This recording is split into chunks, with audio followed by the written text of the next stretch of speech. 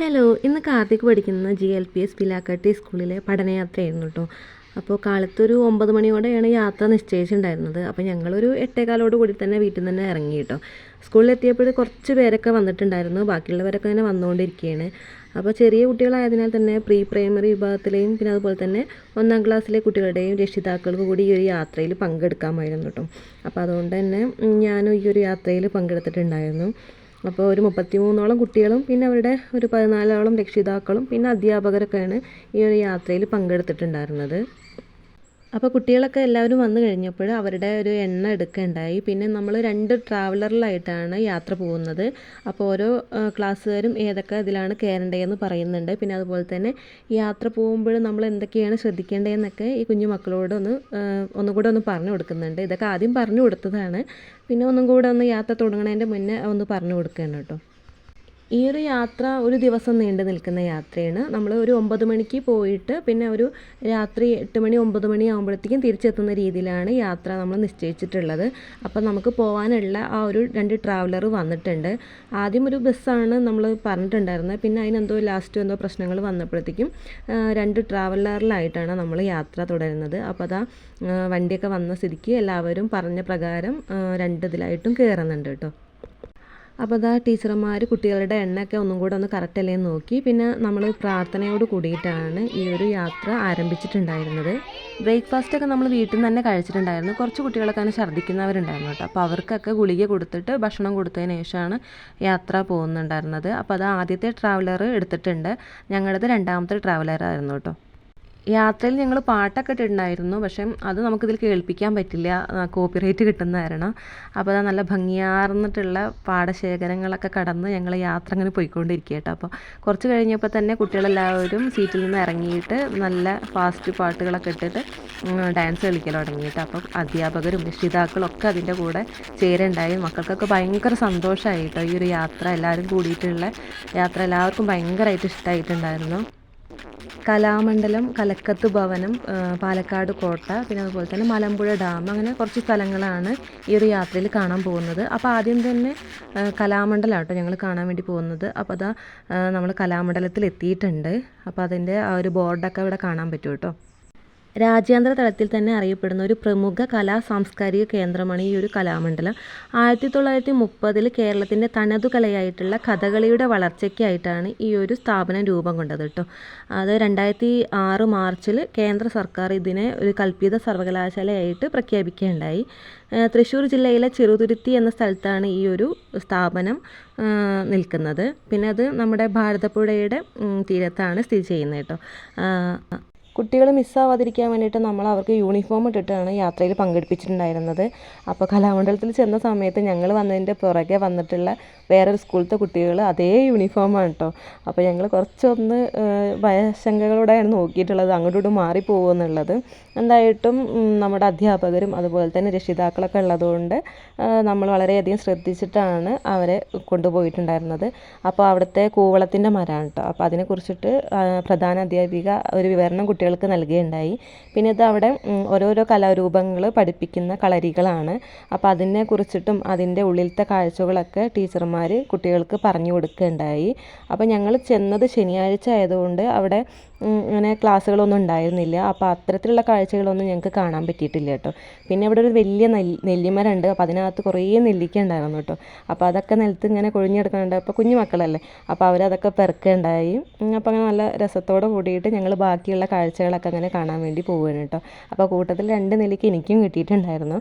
ഇത് നമ്മുടെ കൂത്തമ്പലാണ് കേട്ടോ. കലാമണ്ഡലത്തിൻ്റെ ഏറ്റവും ശ്രദ്ധേയമായിട്ടുള്ള ഒരു കലാദൃശ്യമാണ് ഈ ഒരു കൂത്തമ്പലം എന്ന് പറയുന്നത്. അത് നാട്യശാസ്ത്ര വിധിപ്രകാരമാണ് നിർമ്മിച്ചിട്ടുള്ളത്. ക്ഷേത്രത്തിനകത്താണ് സാധാരണ കൂത്തമ്പലങ്ങൾ ഉണ്ടാവാറുള്ളത്. അപ്പോൾ അതിന് പുറത്തായിട്ട് ഒരു കൂത്തമ്പലം കാണാനുള്ളത് ഈ ഒരു കലാമണ്ഡലത്തിൽ മാത്രമാണ്. നാട്യശാസ്ത്രത്തിൽ പ്രതിപാദിക്കുന്ന 108 കരണങ്ങൾ, അതായത് നൃത്യനിൽപ്പുകളാണ് കേട്ടോ. അത് ഇവിടുത്തെ ഈ കരിങ്കൽ തൂണുകളിലൊക്കെ ആലേഖനം ചെയ്തതായിട്ട് നമുക്ക് കാണാൻ സാധിക്കും. അപ്പോൾ ഇവിടെ നിന്നിട്ട് ഞങ്ങൾ ഒരുപാട് ഫോട്ടോസും വീഡിയോസൊക്കെ എടുക്കുകയുണ്ടായി. പിന്നെ അവിടെ കുറച്ച് നേരം വിശ്രമിക്കുകയുണ്ടായി. നല്ല തണവുണ്ടായിരുന്നു കേട്ടോ. ഒരുപാട് മരങ്ങൾ വെച്ച് ചെയ്തതുകൊണ്ട് നല്ല തണവായിരുന്നു. അപ്പോൾ കുറേ നേരം അവിടെ ഇരിക്കുകയുണ്ടായി. മോഹൻലാലിൻ്റെ കമലദളം പറഞ്ഞിട്ടുള്ള സിനിമയിലെ കുറേ ഭാഗങ്ങൾ ഈ ഒരു കൂത്തമ്പലത്തിനകത്താണ് ഷൂട്ട് ചെയ്തിട്ടുള്ളത്. ആ ഒരു ഡാൻസിൻ്റെ ഭാഗമൊക്കെ ഇല്ലേ, അപ്പോൾ അതൊക്കെ ഇവിടെ നിന്നാണ് കേട്ടോ ഷൂട്ട് ചെയ്തിട്ടുള്ളത്. ഈ ഒരു സ്ഥാപനം രൂപീകരിച്ചത് വള്ളത്തോൾ നാരായണ മേനോനും പിന്നെ അതുപോലെ തന്നെ മണക്കുളം മുകുന്ദരാജയും ചേർന്നിട്ടാണ്. വള്ളത്തോളിൻ്റെ ഒരു ശില്പമൊക്കെ നമുക്ക് ഇവിടെ കാണാൻ സാധിക്കും കേട്ടോ പുറത്തായിട്ട്. ഇവിടെ കലാ അധ്യയനത്തിനും അതുപോലെ തന്നെ അക്കാദമിക് പഠനത്തിനുമുള്ള സൗകര്യങ്ങളുണ്ട്. പിന്നെ നമ്മുടെ കലാരൂപങ്ങളായിട്ടുള്ള കഥകളി, മോഹിനിയാട്ടം, കൂടിയാട്ടം, പഞ്ചവാദ്യം, ഭരതനാട്യം അങ്ങനെ ഒരുപാട് കലകൾക്ക് ഇവിടെ ശിക്ഷണം നൽകുന്നുണ്ട്. പ്രാചീന ഭാരതത്തിൽ നിലവിലുണ്ടായിരുന്ന ഗുരുകുല സമ്പ്രദായത്തിലാണ് ഇവിടെ അധ്യയനം നടക്കുന്നത്. അതിനായിട്ട് പ്രത്യേകം കളരികളൊക്കെ നമുക്കിവിടെ കാണാൻ പറ്റും. അപ്പോൾ നമ്മൾ ഒഴിവു ദിവസമായി വന്നതുകൊണ്ട് അത്തരത്തിലുള്ള കാഴ്ചകളൊന്നും കാണാൻ പറ്റിയിട്ടുണ്ടായിരുന്നില്ല. പിന്നെ നമ്മുടെ നാട്ടുകാരും അതുകൂടാണ്ട് വിദേശികളും അടക്കം ഒരുപാട് പേര് ഈ കലാമണ്ഡലത്തെ കാണാനും അതുപോലെ തന്നെ അവിടുത്തെ കലകളെ പറ്റി മനസ്സിലാക്കുന്നതിനും പിന്നെ അതുപോലെ ഗവേഷണത്തിനുമായിട്ട് ഇവിടെ എത്താറുണ്ട് കേട്ടോ. അപ്പോൾ അത് അത്യാവശ്യം നല്ല തിരക്കുള്ള ദിവസം തന്നെയായിരുന്നു. അപ്പോൾ നമ്മൾ കലാമണ്ഡലമൊക്കെ കണ്ടതിന് ശേഷം തിരിച്ചു പോവുകയാണ്. ഇനി നമ്മൾ കലക്കത്ത് ഭവനം കാണാനാണ് പോകുന്നത്. നമ്മുടെ മഹാകവിയായിട്ടുള്ള കുഞ്ചൻ നമ്പ്യാരുടെ ജന്മഗൃഹമാണ് ഈ കലക്കത്ത് ഭവനം എന്ന് പറയുന്നത്. അപ്പോൾ നമ്മളിതാ അവിടെ എത്തിയിട്ടുണ്ട്.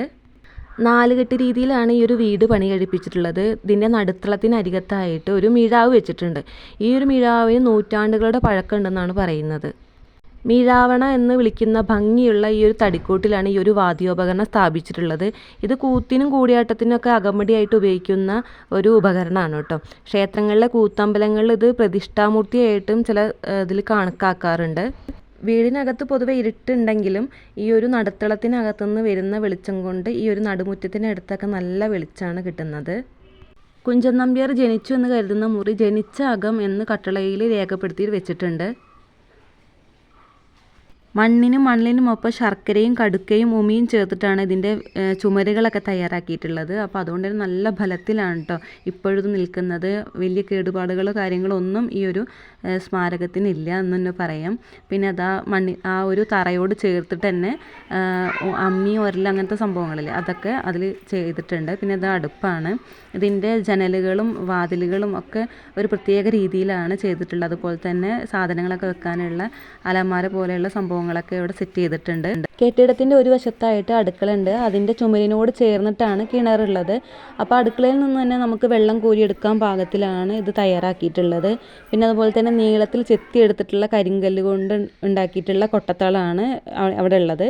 അതുപോലെ തന്നെ തടി കൊണ്ട് ചെണ്ട പോലെ ഉരുണ്ട രൂപത്തിലാണ് ഇതിൻ്റെ കപ്പി നിർമ്മിച്ചിട്ടുള്ളത്. ഇടനാഴിയിലെ കുത്തനെയുള്ള മരത്തിൽ തീർത്തിട്ടുള്ള ഈ ഒരു കോണിപ്പടികൾ കയറി ചെന്ന് കഴിഞ്ഞാൽ നമുക്ക് മുകൾ നിലയിലേക്ക് എത്താം കേട്ടോ. അവിടെ 3 ചെറിയ മുറികളാണുള്ളത്. അതിൻ്റെ ഉള്ളിൽ പോൾ കല്ലനോട് പറഞ്ഞിട്ടുള്ള ഒരു ശില്പി തയ്യാറാക്കിയിട്ടുള്ള ഓട്ടൻതുള്ളൽ, പറയൻതുള്ളൽ, ശീതങ്ങൻ തുള്ളൽ എന്നിവയുടെ ശില്പങ്ങൾ വെച്ചിട്ടുണ്ട്. ഈ തുള്ളലുകൾ ഓരോന്നും ഏതൊക്കെയാണെന്നുള്ളത് ആ കട്ടളയിൽ തന്നെ രേഖപ്പെടുത്തിയതുകൊണ്ട് നമുക്ക് പ്രത്യേകം തന്നെ അത് മനസ്സിലാക്കാൻ പറ്റും. ഇതിൻ്റെ മുകളിലോട്ട് പിന്നെ ഒരു കോണി കാണുന്നുണ്ട്, പക്ഷെ അവിടെ അടച്ചിട്ടേക്ക് കേട്ടോ. അപ്പോൾ തട്ടുമ്പോറാണെന്ന് തോന്നുന്നുണ്ട്. അപ്പോൾ നമ്മളിതാ താഴത്തോട്ട് ഇറങ്ങുകയാണ്. എല്ലാവരും ഇറങ്ങിയതിൻ്റെ ശേഷമാണ് ഞാൻ അവിടെ നിന്ന് ഇറങ്ങിയിട്ടുണ്ടായിരുന്നത്. അപ്പോൾ അതുകൊണ്ട് തന്നെ ഒന്നും കൂടെ വ്യക്തമായിട്ട് അവിടുത്തെ ഓരോ ഭാഗങ്ങളും എനിക്ക് വീഡിയോസ് എടുക്കാൻ പറ്റിയിട്ടുണ്ടായിരുന്നു. പിന്നെ ഞങ്ങൾ ചെല്ലുന്ന സമയത്ത് കുറച്ചൊരു മഴക്കാറൊക്കെ മൂടി നിൽക്കുന്നതുകൊണ്ട് അത്രയ്ക്ക് അങ്ങ് ലൈറ്റ് ഉണ്ടായിരുന്നില്ല.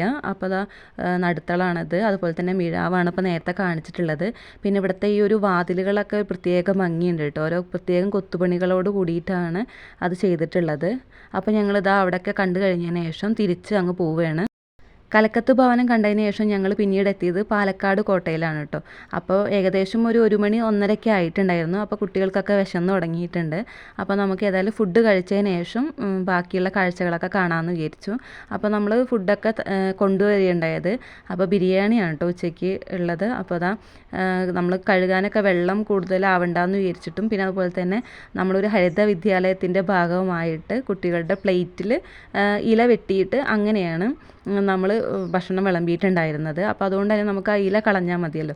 ഇല പിന്നെ ഒരു ജൈവ മാലിന്യവുമാണല്ലോ. അപ്പോൾ പ്ലാസ്റ്റിക് ഒഴിവാക്കുക എന്നതാണ് ഇതിൻ്റെ ഉദ്ദേശം കേട്ടോ. അപ്പോൾ അതാണ് നമ്മുടെ ഫുഡ് ഇന്നത്തെ. അങ്ങനെ ഫുഡൊക്കെ കഴിച്ചതിന് ശേഷം നമ്മളിതാ പാലക്കാട് കോട്ട കാണാൻ വേണ്ടി പോവുകയാണ്. അപ്പോൾ കുട്ടികൾക്ക് ഇവിടെ പ്രവേശന ഫീസില്ല, രക്ഷിതാക്കൾക്കൊക്കെ ഒരു ഫീസ് ഇവിടെ ഉണ്ട് കേട്ടോ. അപ്പോൾ അതിന് ശേഷം നമ്മൾ ആദ്യം ഇതിൻ്റെ കിടങ്ങാണ് കാണുന്നത്. ഈ ഒരു കോട്ടയ്ക്ക് ചുറ്റുമായിട്ട് ഈ ഒരു കിടങ്ങുണ്ട്. ഈ ഒരു പാലക്കാട് കോട്ടയുടെ പ്രധാന പ്രത്യേകത എന്താണെന്ന് വെച്ചാൽ ഈ ഒരു കിടങ്ങ് തന്നെയാണ് കേട്ടോ. ഒരു കോല് മുതൽ 2 കോല് വരെ നീളമുള്ള കരിങ്കല്ലിൻ്റെ തൂണുകൾ ഒന്നിനു മീതെ ഒന്നായിട്ട് അടക്കിയിട്ടാണ് ഈ ഒരു കിടങ്ങ് നിർമ്മിച്ചിട്ടുള്ളത്. അതുകൊണ്ട് തന്നെ ഇപ്പോഴും അതൊരു കേടുപാടും ഇല്ലായിട്ടാണ് നിൽക്കുന്നത്. ഇതിനകത്ത് നിറയെ ആമകളും അതുപോലെ തന്നെ മീനുകളും ഉണ്ട് കേട്ടോ. ഇത്രയും ആമകളെ ഞാൻ ഒരുമിച്ച് കാണുന്നത് ഇതാദ്യമായിട്ടാണ്. സൂമിലൊക്കെ പോയി കഴിഞ്ഞാൽ 1-2 ആമകളെ, വലിയ ആമകളെ നമുക്ക് കാണാൻ സാധിക്കുമെങ്കിലും ഇവിടെ ഒരുപാടുണ്ട് കേട്ടോ. നമുക്ക് എണ്ണിയെടുക്കാൻ പറ്റാവുന്ന ഇതിലപ്പുറമായിട്ട് ഇവിടെ ആമകളെ കാണാൻ പറ്റിയിട്ടുണ്ടായിരുന്നു. പിന്നെ ആ ഒരു കരിങ്കല്ലിലോട്ട് കയറി കുറേ എണ്ണം നിൽക്കുന്നുണ്ടായിരുന്നു കേട്ടോ. പിന്നെ കുട്ടികളൊക്കെ ഒരുപാട് നേരം ആമകളെയും മുയലിനെയൊക്കെ കണ്ട് കുറേ പേര് ഫോട്ടോസും വീഡിയോസൊക്കെ എടുത്ത് അതിനുശേഷം നമ്മളിതാ ഈ ഒരു കോട്ടയ്ക്കകത്തേക്ക് പ്രവേശിച്ചു കേട്ടോ. പാലക്കാടിൻ്റെ ഹൃദയഭാഗത്തായിട്ട് സ്ഥിതി ചെയ്യുന്ന ഒരു അതിപുരാതനമായിട്ടുള്ള കോട്ടയാണ് ടിപ്പു സുൽത്താൻ്റെ കോട്ട എന്നറിയപ്പെടുന്ന ഈ ഒരു പാലക്കാടൻ കോട്ട. ഇത് 1766 ഹൈദരാലിയാണ് പണി കഴിപ്പിച്ചിട്ടുള്ളത്. പിന്നീട് 3ാം മൈസൂർ യുദ്ധത്തിന് ശേഷം ബ്രിട്ടീഷ് സാമ്രാജ്യം ഈ ഒരു കോട്ട പിടിച്ചെടുക്കുകയും 1796 ഈ ഒരു കോട്ട പുതുക്കി പണിയുകയും ചെയ്യുകയുണ്ടായി. ഇപ്പോൾ ഈ കോട്ട ആർക്കിയോളജിക്കൽ സർവേ ഓഫ് ഇന്ത്യയുടെ സംരക്ഷണയിലാട്ടോ നിലനിൽക്കുന്നത്. ഇതിൻ്റെ പ്രവേശന കവാടം വളരെ വലിയ ഒരു കവാടമാണ്. മരത്തിലാണ് ഇത് പണിതിട്ടുള്ളത്. ഇതിൻ്റെ ഈ ഒരു സൈഡിലായിട്ട് ഒരു ഹനുമാൻ ക്ഷേത്രമാണ് കാണാൻ സാധിക്കുന്നത്. ഇവിടെ വരെ നമുക്ക് പ്രവേശന ഫീസ് ഇല്ലാണ്ട് ആർക്ക് വേണമെങ്കിലും സന്ദർശിക്കാവുന്നതാണ്. ഒരുപാട് പേര് ക്ഷേത്രത്തിനകത്ത് നമുക്ക് പ്രാർത്ഥിക്കാനൊക്കെ ആയിട്ട് വരുന്നുണ്ട് കേട്ടോ. അങ്ങനെയുള്ളവർക്ക് പ്രവേശന ഫീസ് ഒന്നുമില്ല. അതിന് ശേഷമാണ് നമ്മൾ ഇവിടെ എത്തുമ്പോഴാണ് ഒരു പ്രവേശന ഫീസ് കൊടുത്തിട്ട് അകത്തേക്ക് കയറാനുള്ളത്. ഒരു ഹൈന്ദവ ഇസ്ലാമിക് വാസ്തുവിദ്യയും പിന്നെ അതുപോലെ തന്നെ യൂറോപ്യൻ സാങ്കേതിക വിദ്യയും സമന്വയിക്കുന്ന രീതിയിലാണ് ഈ ഒരു ചരിത്ര സ്മാരകം പണിതിട്ടുള്ളത്. ഞങ്ങൾ ചെന്ന സമയത്ത് നല്ല മഴക്കാറുണ്ടായിരുന്നു. ഇപ്പം മഴ പെയ്യുന്നുള്ള രീതിയിലായിരുന്നു കേട്ടോ. അപ്പോൾ അതുകൊണ്ട് തന്നെ മുഴുവനായിട്ട് ഞങ്ങൾക്ക് ഇവിടെ അങ്ങ് കവർ ചെയ്യാൻ പറ്റിയിട്ടില്ല. ഏകദേശം ഒന്ന് കവർ ചെയ്യാൻ പറ്റിയിട്ടുള്ളൂ. അപ്പോൾ അതാ അവിടെ ഒരു വലിയൊരു മാവ് നിൽക്കുന്നുണ്ട്. അപ്പോൾ ആ മാവ് അതിൻ്റെ ഭാരം താങ്ങാണ്ട് നിലത്ത് മുട്ടിയിട്ട് പിന്നെ അവിടുന്ന് വേറൊരു മാവ് എന്നുള്ള രീതിയിൽ ഉണ്ടായതാണ്. അപ്പോൾ അത് ഒരു പ്രത്യേക രസമുണ്ട് കേട്ടോ കാണാൻ വേണ്ടിയിട്ട്. അപ്പോൾ കുട്ടികളൊക്കെ അങ്ങോട്ടാണ് ആദ്യം ഓടിയിട്ടുള്ളത്. അപ്പോൾ അവിടെ ഇരുന്നിട്ട് കുറേ ഫോട്ടോസും വീഡിയോസും ഇതുപോലെ തന്നെ എടുക്കുകയുണ്ടായി. അപ്പോൾ ഇങ്ങനെ ഒരു മാവ് ആദ്യമായിട്ടാണ് കേട്ടോ കാണുന്നത്. അതിൻ്റെ ആ ഒരു ശിഖരം അങ്ങ് പോയിട്ട് വേറൊരു മാവ് പോലെ ഉണ്ടായതാണ്. കണ്ടു കഴിഞ്ഞാൽ നമ്മൾ 2 മാവുകൾ ഇങ്ങനെ കൂട്ടിമുട്ടിയെന്നാണ് പെട്ടെന്ന് തോന്നുക. അപ്പോൾ അത് അവിടെ നിന്ന് ഫോട്ടോസൊക്കെ എടുക്കുന്നുണ്ട്. ഈ കോട്ടയ്ക്കകത്ത് പാലക്കാട് സബ് ജയിൽ സ്ഥിതി ചെയ്തിട്ടുണ്ടായിരുന്നു. ഇപ്പോൾ അവിടെ നിന്ന് മാറ്റിയിട്ടോ. എന്നാലും കുറേ സർക്കാർ സ്ഥാപനങ്ങൾ ഇതിനകത്ത് തന്നെയാണ് ഇപ്പോഴും പ്രവർത്തിക്കുന്നത്. യുദ്ധതന്ത്രത്തിൻ്റെ ഭാഗമായിട്ട് ഈ ഒരു കോട്ടയ്ക്ക് പല ഭാഗത്തായിട്ട് കൊത്തളങ്ങൾ നിർമ്മിച്ചിട്ടുണ്ട്. അപ്പോൾ നമ്മുടെ സൈനിക ആവശ്യത്തിന് വേണ്ടിയിട്ടാണ് അങ്ങനെയുള്ളതൊക്കെ നിർമ്മിച്ചിട്ടുള്ളത്. അപ്പോൾ അതാ ഞങ്ങൾ ഈ ഒരു മുകൾ വശം കാണാൻ വേണ്ടി പോവുകയാണ്. അപ്പോൾ അതാ ഇപ്പോൾ മഴ പെയ്യുന്നുള്ള രീതിയാണ്. അപ്പോൾ അതുകൊണ്ട് പെട്ടെന്ന് പോയിട്ട് ആ കുറച്ച് ഭാഗങ്ങൾ കാണാമെന്ന് വിചാരിച്ചിട്ടാണ് കേട്ടോ. അപ്പോൾ കുട്ടികളൊക്കെ ഭയങ്കര ആവശ്യത്തിലാണ് ആ ഒരു കോട്ടയ്ക്കകത്ത് ഓടി നടക്കുന്നത് കേട്ടോ. അപ്പോൾ ഇവിടുന്ന് ഇതാ സൈന്യത്തിന് വീക്ഷിക്കാൻ വേണ്ടിയിട്ട് ഇത്തരത്തിലുള്ള കുറച്ച് നിർമ്മിതികളൊക്കെ ഉണ്ടാക്കിയിട്ടുണ്ട്. അപ്പോൾ നമുക്ക് ഇവിടെ നിന്ന് നോക്കി കഴിഞ്ഞാൽ ആ ഒരു പുറമേത്തെ ദൃശ്യങ്ങൾ മുഴുവനായിട്ട് കാണാൻ പറ്റും കേട്ടോ. അവിടുത്തെ ആ ഒരു കിടങ്ങൊക്കെ നമുക്ക് കാണാൻ പറ്റും. ഇതിനെക്കുറിച്ചിട്ടുള്ള വിവരണങ്ങളൊക്കെ ടീച്ചേഴ്സ് കുട്ടികളുമായിട്ട് പങ്കുവെക്കുന്നുണ്ടായിരുന്നു. അപ്പം ഞാൻ അതൊന്നും എടുത്തിട്ടില്ല. അതൊക്കെ പിന്നെ നമുക്ക് എടുത്തു കഴിഞ്ഞാൽ വീഡിയോ ഭയങ്കര ലെങ്ത് ആവും. അപ്പോൾ അതാ ആ ഒരു സ്ഥലങ്ങളൊക്കെ കണ്ടതിന് ശേഷം നമ്മൾ താഴത്തോട്ട് ഇറങ്ങുകയാണ്. താഴത്ത് ഇറങ്ങിയ വശം തന്നെ നല്ല മഴ പെയ്തു. അപ്പോൾ നമ്മളെല്ലാവരും കൂടിയിട്ട് ആ ഒരു കരിങ്കൽ തൂണുകളൊക്കെ വെച്ചിട്ട് ചെയ്തിട്ടുള്ള അവിടെ നിൽക്കുകയാണ് കേട്ടോ. അപ്പോൾ വേറെ ഇവിടെ അങ്ങനെ മഴ കൊള്ളാണ്ട് നിൽക്കാൻ പറ്റുന്ന സ്ഥലങ്ങൾ വേറെ നോക്കിയിട്ട് കണ്ടില്ല. പെട്ടെന്ന് നമ്മൾ ഇവിടെ കയറി നിന്നിട്ടുണ്ടായിരുന്നത്. അപ്പോൾ വേറെ സ്കൂളിലത്തെ കുട്ടികളും ഉണ്ടായിരുന്നു കേട്ടോ നമ്മുടെ കൂടെ കയറി നിൽക്കാൻ വേണ്ടിയിട്ട്. ഇവിടുത്തെ കാഴ്ചകളൊക്കെ കണ്ടതിന് ശേഷം ഞങ്ങൾ നേരെ പോയിട്ടുള്ളത് മലമ്പുഴയിലാണ്. അവിടെ നമുക്ക് മലമ്പുഴ ഡാം കാണാനുണ്ട്. അതുപോലെ തന്നെ അക്വേറിയം കാണാനുണ്ട്. പിന്നെ അതുപോലെ തന്നെ സ്നേക്ക് പാർക്ക്, അങ്ങനെ കുറച്ച് സംഭവങ്ങളൊക്കെ കാണാനുണ്ട്. അപ്പോൾ ആദ്യം തന്നെ ഞങ്ങൾ അക്വേറിയം കോംപ്ലക്സിലാണ് കയറിയിട്ടുണ്ടായിരുന്നത്. ഇവിടെ ഒരു ചെറിയൊരു എൻട്രൻസ് ഫീസ് ഉണ്ട് കേട്ടോ. മുതിർന്നവർക്ക് 30 രൂപ, അതുപോലെ തന്നെ കുട്ടികൾക്ക് 20 രൂപയാണ്. പിന്നെ അതാ അതിൻ്റെ സൈഡ് ഭാഗത്തായിട്ട് ഒരു വലിയ മീനിൻ്റെ ശില്പമുണ്ട്. അപ്പോൾ ആ ഒരു മീൻ ഒരു കുളത്തിൽ നിൽക്കുന്ന രീതിയിലാണ് സെറ്റ് ചെയ്തിട്ടുള്ളത്. അപ്പോൾ ഞങ്ങൾ ചെന്ന സമയത്ത് ആ ഒരു കുളത്തിൽ വെള്ളമില്ലായിരുന്നു കേട്ടോ. അപ്പോൾ നമുക്ക് ആ ഒരു മീനിൻ്റെ വാൽ ഭാഗത്തൂടെ നമുക്ക് അതിൻ്റെ വായൻ്റെ ഉള്ളിലൂടെ അങ്ങോട്ട് കടന്ന് വരാം കേട്ടോ. അങ്ങനത്തെ രീതിയിലാണ് സെറ്റ് ചെയ്തിട്ടുള്ളത്. ഇതാണ് അതിൻ്റെ ശരിക്കുള്ള എൻട്രൻസ് എന്ന് പറയുന്നത്. അപ്പോൾ നമ്മൾ ടിക്കറ്റൊക്കെ എടുത്തതിന് ശേഷം ഇത് അതിൻ്റെ ഉള്ളിലോട്ട് കടക്കുകയാണ്. ഉള്ളിൽ കടന്നപ്പോൾ ഫുൾ ഇരുട്ടാട്ടോ. ഒരു ഗുഹക്കകത്തേക്ക് നമ്മൾ കയറി പോകുന്ന പ്രതീതിയാണ് ഉണ്ടായിരുന്നത്. നമുക്കിതിനകത്തുനിന്ന് വീഡിയോ ഫോട്ടോസൊക്കെ എടുക്കാം. പക്ഷേ മീനിൻ്റെ കണ്ണിലോട്ട് നമ്മൾ ഫ്ലാഷ് ലൈറ്റ് അടിക്കാൻ പാടില്ല. അതവിടെ പ്രത്യേകം ബോർഡിൽ എഴുതി വെച്ചിട്ടുണ്ട്. അപ്പോൾ അവരുടെ കണ്ണുകൾ നാശമായി പോകും അത്ര ഈ ഒരു ഫ്ലാഷ് ലൈറ്റ് ആയ. അപ്പോൾ ഫ്ലാഷ് ലൈറ്റ് ഇല്ലാണ്ട് നമുക്ക് ഫോട്ടോസൊക്കെ എടുക്കാം കേട്ടോ. അപ്പോൾ അതാ ആമകളും ഒരുപാട് തരത്തിലുള്ള വെറൈറ്റി മീനുകളുണ്ട് കേട്ടോ. അപ്പോൾ അവരുടേതൊക്കെ ഏതാണ് മീൻ എന്തൊക്കെയാണ് ഇതൊക്കെ അവിടെ ബോർഡുകളിലാക്കി വെച്ചിട്ടുണ്ട്. പിന്നെ അതാ അവിടെ നല്ല ലൈറ്റുകളൊക്കെ വെച്ചിട്ടുണ്ട്. അപ്പോൾ അതൊക്കെ ഭയങ്കര കുട്ടികൾക്ക് ഇഷ്ടമായിട്ട് കുട്ടികൾ അങ്ങോട്ട് ഓടിച്ചാടി ഇങ്ങനെ കളിക്കുന്നുണ്ട് കേട്ടോ. അപ്പോൾ ഈ ഒരു അക്വേറിയൊക്കെ സെറ്റ് ചെയ്തത് നല്ല ഭംഗിയുണ്ട് കാണാൻ വേണ്ടിയിട്ട്. ഒരു 99% അക്വേറിയത്തിൽ മീനുകളുണ്ട് കേട്ടോ. ചിലതിൽ മാത്രം മീനുകളില്ല. ഉള്ള മീനുകളൊക്കെ നല്ല കളർഫുള്ളായിട്ടുള്ള നല്ല നല്ല വെറൈറ്റി മീനുകളായിരുന്നു. അപ്പോൾ കുട്ടികൾക്കൊക്കെ അത് ഭയങ്കരമായിട്ട് ഇഷ്ടമായി കേട്ടോ ഈ മീനുകളെ. പൊതുവേ കുട്ടികൾക്ക് ഇങ്ങനെ മീനുകളൊക്കെ കാണാൻ ഭയങ്കര ഇഷ്ടമാണല്ലോ. അപ്പോൾ അതുകൊണ്ട് തന്നെ കുട്ടികളൊക്കെ ഓരോന്ന് നോക്കുന്നുണ്ടായിരുന്നു. ഇത് പല കളറിലുള്ള ഒരു മീനാണ്. ഇതിൻ്റെ പേരെന്താണെന്ന് എനിക്ക് അറിയില്ല. അവിടെ എഴുതി വെച്ചിട്ടുണ്ട് കേട്ടോ. ഇത് മുതലേൻ്റെ തല പോലെയുള്ള ഒരു പ്രത്യേകതരം മീനാണ്. അപ്പോൾ എല്ലാ മീനുകളുടെയും കാഴ്ചകൾ കണ്ടതിന് ശേഷം ഞങ്ങൾ പുറത്തേക്ക് ഇറങ്ങി കേട്ടോ. പിന്നീട് പുറത്തേക്ക് ഇറങ്ങുന്ന സമയത്ത് അതിൻ്റെ അവസാന ഭാഗത്തായിട്ടാണ് ഇങ്ങനെയൊന്ന് സെറ്റ് ചെയ്തിട്ടുള്ളത്. പിന്നെ അതവിടെ ഒരു കുളം പോലെ സെറ്റ് ചെയ്തിട്ടുണ്ട്. അപ്പോൾ അതിനകത്ത് ഈ ഒരു സൈഡിൽ നിറയെ മീനുകൾ ഇങ്ങനെ വന്ന് നിൽക്കുന്നുണ്ട് കേട്ടോ. അപ്പോൾ മക്കളെല്ലാവരും അത് വന്ന് നോക്കിയിട്ട് അവിടുന്ന് പോരാൻ തന്നെ അവർക്ക് തോന്നുന്നില്ല. അങ്ങനെ അവർ ഇവിടെ വന്ന് നിൽക്കുകയാണ്. ഇതെനിക്ക് നല്ല ഇഷ്ടമായി കേട്ടോ. അതൊരു ഷെല്ലിൻ്റെ ആകൃതിയിൽ നിർമ്മിച്ചിട്ട് ഒരു ബീച്ച് തീമിൻ്റെ സെറ്റപ്പൊക്കെ കൊടുത്തിട്ടാണ് ആ ഒരു മീനുകളൊക്കെ അതിനകത്ത് ഇട്ടിരിക്കുന്നത്. അത് നല്ല ഭംഗിയായിട്ടുണ്ട്. ഇത് കഴിഞ്ഞതിന് ശേഷം ഞങ്ങൾ പിന്നെ നേരെ പോയത് സ്നേക്ക് പാർക്ക് കാണാൻ വേണ്ടിയിട്ടാണ്. ഇതെല്ലാം തൊട്ടടുത്തായിട്ടാണ് കേട്ടോ. അപ്പുറത്തെ സൈഡിൽ ഇപ്പുറത്തെ സൈഡിലൊക്കെ ആയിട്ടാണ് ഇതൊക്കെ ഉള്ളത്. അപ്പോൾ ഇവിടെ ചെന്നപ്പോഴത്തേക്കും ഇവിടെ 1-2 സ്കൂളിലത്തെ കുട്ടികളും കൂടി വന്നതുകൊണ്ട് ഭയങ്കര തിരക്കായിട്ട് പോയിട്ടുണ്ടായിരുന്നു. അപ്പോൾ ഞങ്ങളിതാ ഓരോരോ പാമ്പുകളെ കാണുകയാണ്. അപ്പോൾ നല്ല വിഷമുള്ളതും വിഷമില്ലാത്തതും ഒക്കെ ഉണ്ട്. അപ്പോൾ ഈ ഓരോരോ പാമ്പുകൾ ഇട്ടിരിക്കുന്ന കൂടിൻ്റെ മുകളിലും ഏതാണ് ആ ഒരു പാമ്പ്, അതിന് വിഷമുണ്ടോ ഇല്ലയോ അങ്ങനെയുള്ളതൊക്കെ അതിനകത്ത് എഴുതി വെച്ചിട്ടുണ്ട്. അപ്പോൾ നമുക്ക് ഏതാ ഒരു പാമ്പ് എന്നുള്ളത് നമുക്ക് പ്രത്യേകം തിരിച്ചറിയാൻ തന്നെ പറ്റും കേട്ടോ. അപ്പോൾ കുട്ടികളൊക്കെ അത് കണ്ടപ്പോഴത്തേക്കും ഭയങ്കര പേടിച്ചു കേട്ടോ. ആ ഒരു പാമ്പുകളൊക്കെ ഇങ്ങനെ എഴഞ്ഞു പോകണമെന്ന് കണ്ടിട്ട്. കേരള വനംവകുപ്പിൻ്റെ കീഴിലാണ് കേട്ടോ ഈ ഒരു പാർക്ക് സ്ഥിതി ചെയ്യുന്നത്. ഇതിലത്തെ പ്രധാന ആകർഷണം നമ്മുടെ രാജവെമ്പാല തന്നെയാണ്. പെരുമ്പാമ്പ്, മൂർഖൻ, അണലി, ശംഖുവരയൻ, മലമ്പാമ്പ്, അങ്ങനെ വിഷമുള്ളതും വിഷമില്ലാത്തതൊക്കെ ആയിട്ടുള്ള ഒരുപാട് പാമ്പുകളുണ്ട് കേട്ടോ. പിന്നെ അതുപോലെ തന്നെ ഇവിടെ ഒരുപാട് പാമ്പുകൾ ആ മരക്കുറ്റിയിൽ ഇങ്ങനെ കെട്ട് പിണഞ്ഞ് കിടക്കുന്നത് നമുക്ക് കാണാൻ പറ്റും. പിന്നെ ഇവിടെ ഒരു മുതല ഉണ്ട് കേട്ടോ. അപ്പോൾ ഞാൻ ഒരെണ്ണത്തിനെ കണ്ടിട്ടുള്ളൂ, ഇനി ഉണ്ടോയെന്ന് അറിയില്ല. അപ്പോൾ ആ ഒരു മുതല കേട്ടോ അത്. പിന്നെ ഒരു പാമ്പ് കടി ഏറ്റു കഴിഞ്ഞാൽ എന്തൊക്കെ ചെയ്യണം, എന്തെല്ലാം കാര്യങ്ങൾ ശ്രദ്ധിക്കണം, അങ്ങനെയുള്ള കാര്യങ്ങളൊക്കെ വിശദീകരിക്കുന്ന ബോർഡുകളൊക്കെ ഇവിടെ കാണാൻ സാധിച്ചു കേട്ടോ. പിന്നെ നമ്മൾ കയറുന്ന സമയത്ത് ഭയങ്കര തിരക്കുണ്ടെങ്കിലും പിന്നീട് നമുക്ക് അതിനകത്തേക്ക് കയറിയതിന് ശേഷം ഫ്രീ ആയിട്ട് എന്നൊക്കെ കാണാൻ വേണ്ടി പറ്റി. പിന്നെ ഇതാ ഈ ഒരു ഇരുമ്പും കൂടിനകത്ത് മലമ്പാമ്പുകളാണ് കേട്ടോ. ഒരുപാടെണ്ണം ഉണ്ട്. അതിങ്ങനെ ചുറ്റി പടഞ്ഞിട്ട് ആ മരത്തുമ്പിൽ ഇങ്ങനെ കിടക്കുകയാണ് കേട്ടോ. അപ്പോൾ കുട്ടികൾ കണ്ടപ്പോഴത്തേക്കും ഭയങ്കരമായിട്ട് പേടിയൊക്കെ തോന്നിയിട്ടുണ്ടായിരുന്നു അവർക്ക്. പിന്നെ ഇതാണ് ഏറ്റവും വിഷം കൂടിയിട്ടുള്ള നമ്മുടെ രാജവെമ്പാല. അപ്പോൾ പ്രത്യേകം ചില്ലുകൂട്ടിനകത്ത് ഇട്ടിട്ടാട്ടോ അവരൊക്കെ വളർത്തുന്നത്. അപ്പോൾ ഇത് കഴിഞ്ഞതിന് ശേഷം നമ്മൾ നേരെ പോയിട്ടുള്ളത് നമ്മുടെ മലമ്പുഴ ഡാമിൻ്റെ അടുത്തേക്കാണ്. അപ്പോൾ അതാ ഇങ്ങനെ ഒരു വെൽക്കം ബോർഡൊക്കെ അവിടെ വെച്ചിട്ടുണ്ട്. അപ്പോൾ ഇവിടുത്തെ ഒരു ചെറിയൊരു ഫീസൊക്കെ ഉണ്ട് കേട്ടോ, എൻട്രി ഫീസ്. അപ്പോൾ അതൊക്കെ കൊടുത്തതിന് ശേഷം ആ ഒരു ഉദ്യാനത്തിലേക്ക് കിടക്കുകയുണ്ടായി. അപ്പോൾ ഏകദേശം ഒരു വൈകുന്നേരം ആയിട്ടുണ്ടായിരുന്നു. അപ്പോൾ ഏതായാലും ഒന്ന് ഫ്രഷ് ആയിട്ട് നമുക്ക് ബാക്കിയുള്ളതൊക്കെ കാണാമെന്ന് വിചാരിച്ചു.